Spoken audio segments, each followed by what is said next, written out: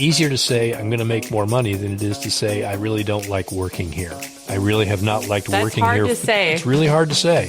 It's a perception game. Yep. It's a trust game. It's also a communication game. 3/4 of HR people say, yeah, we're getting the pay right. Less than half of the employees are saying the same thing. I can't tell you how many times I've been doing open enrollment and seen my own rates and just been like, dang, that sucks.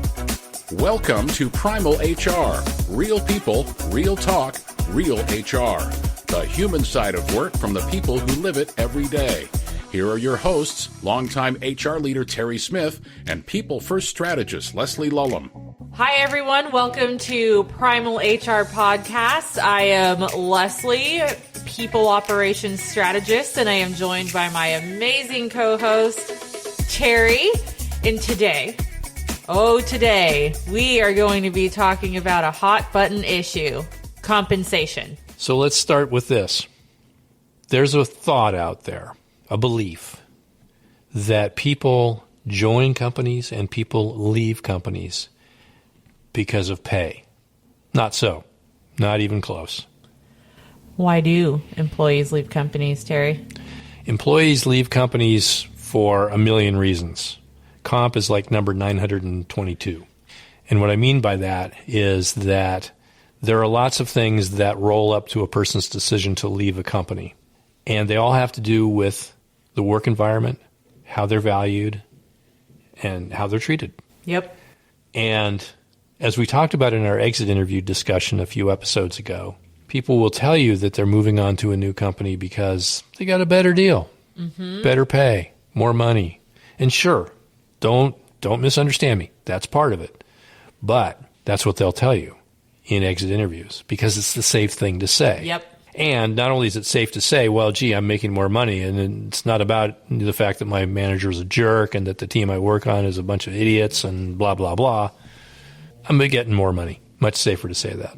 Now, the manager may not be a jerk, team may not be a bunch of idiots, but it could be any of 100 other things in the organization that when they come together at that crucial point, at that tipping point, where the employee says, I think I can do better elsewhere. It's really not about compensation.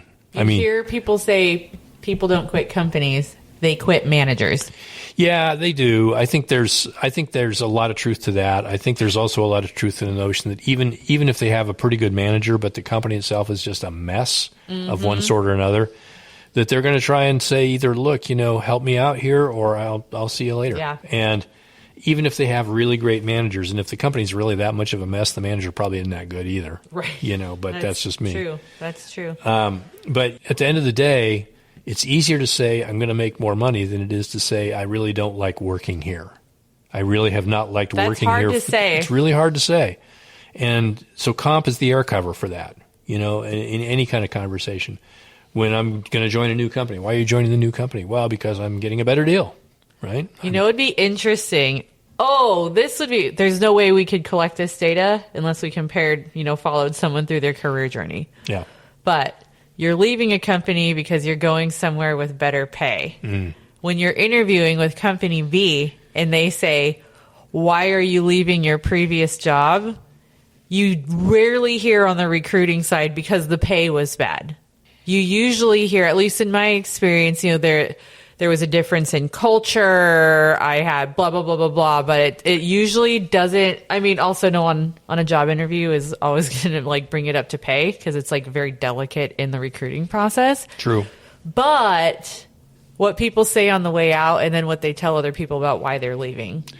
Very interesting point. Well taken. That would be a really interesting longitudinal study, wouldn't it? We should conduct that study. In other interesting stats, let's talk about compensation really, because there's a lot of, it's a perception game. Yep. It's a trust game. It's also a communication game. Communication is not a game, but you know what I mean. So this I thought was very relevant given we are two HR professionals who have a podcast where we talk about HR type things. Nearly 75% of HR professionals say they believe the workers at their companies are paid fairly. but only 44% of workers agree with that. Let that sink in. For all of our HR folks that are listening, for all the folks that are not in HR but are listening, 3/4 of HR people say, yeah, we're getting the pay right. Less than half of the employees are saying the same thing. Now, what's causing that? Why is that? It makes my head swirl and spin because there's so many components of that, right? We like to think, for example, that we as HR professionals have access to all kinds of compensation data out there from every resource that we all know, right? From the Bureau of Labor Statistics, which are now no longer valid, but on and on and on, pay scale and World at Work and all the sources, all the resources, Radford, one of my favorites. We have this data. We have a huge amount of data, and it's all reported voluntarily, right? So, I mean, the data that's there represents data from companies that participate in their surveys and so on. So you have a reasonable hope that the data is pretty accurate on a large-scale basis. And yet, employees say, maybe not so much. There's so many things that can go into that. Right. From an employee perspective. It's no secret, at least right now, cost of living is absolutely astronomical. Mm-hmm. So this is like such a catch-22 to me, I think, especially in HR right now. When we spend time researching roles, we get way down to the niches within roles, and we look at the salary range. We do all of the things, and we're like, yes, company, this falls within norms. But the cost of living keeps increasing and the salary expectations don't keep up.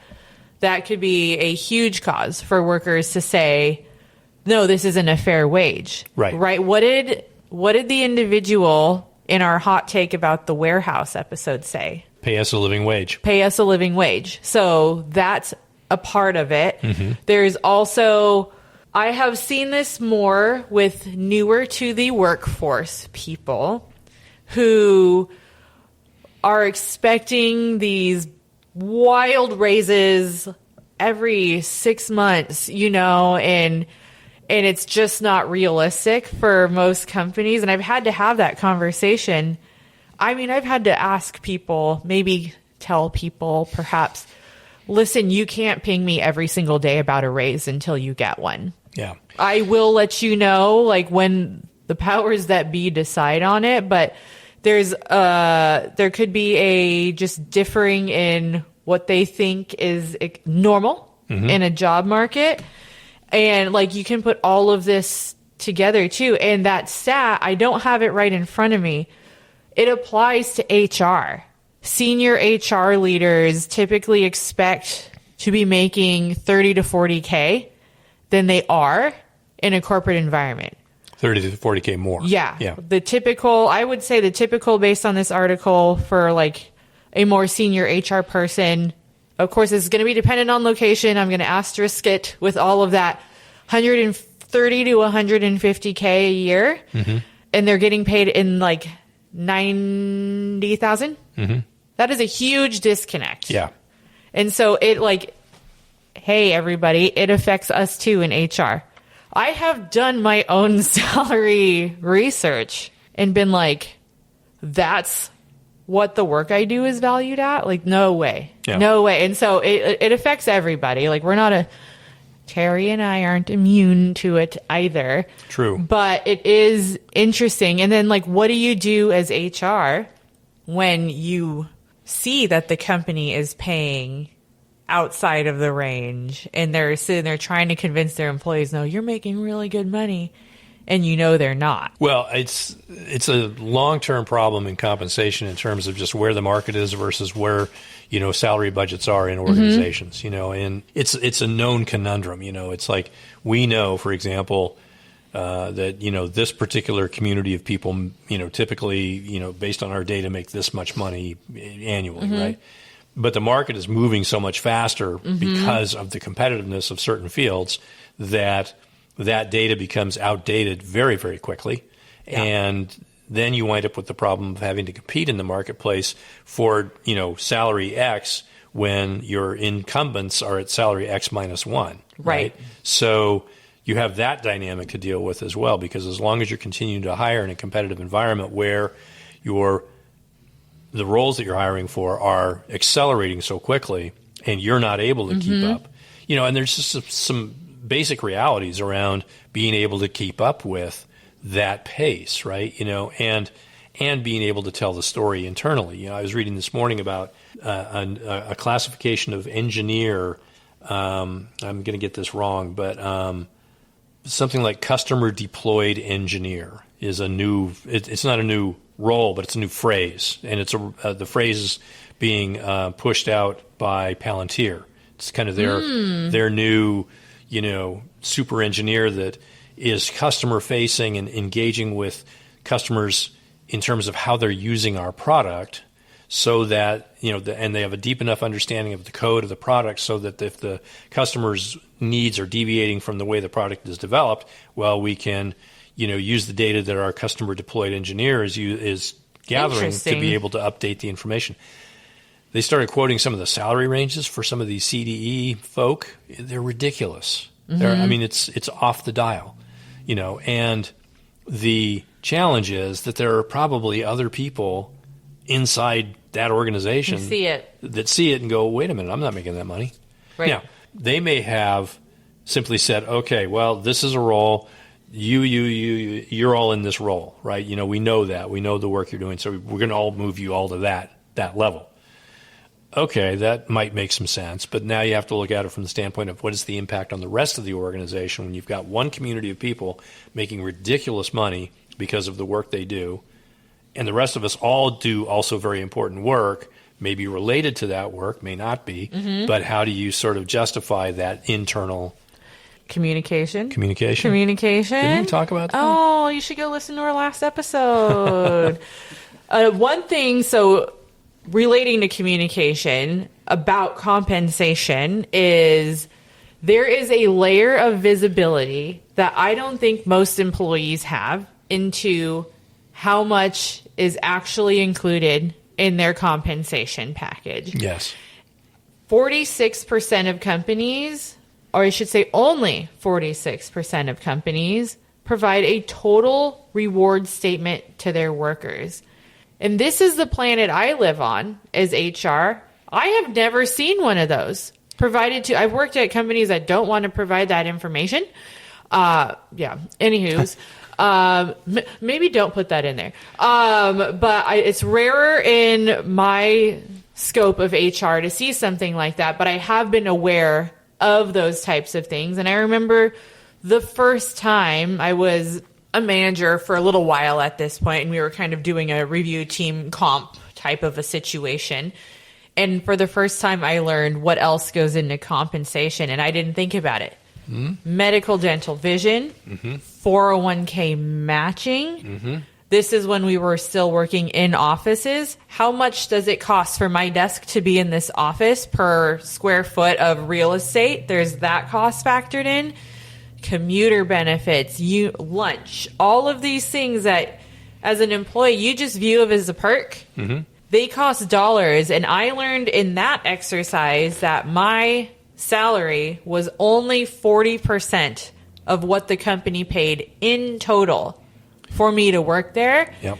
And then seeing that companies release these statements, like every company needs to be doing that, not just half.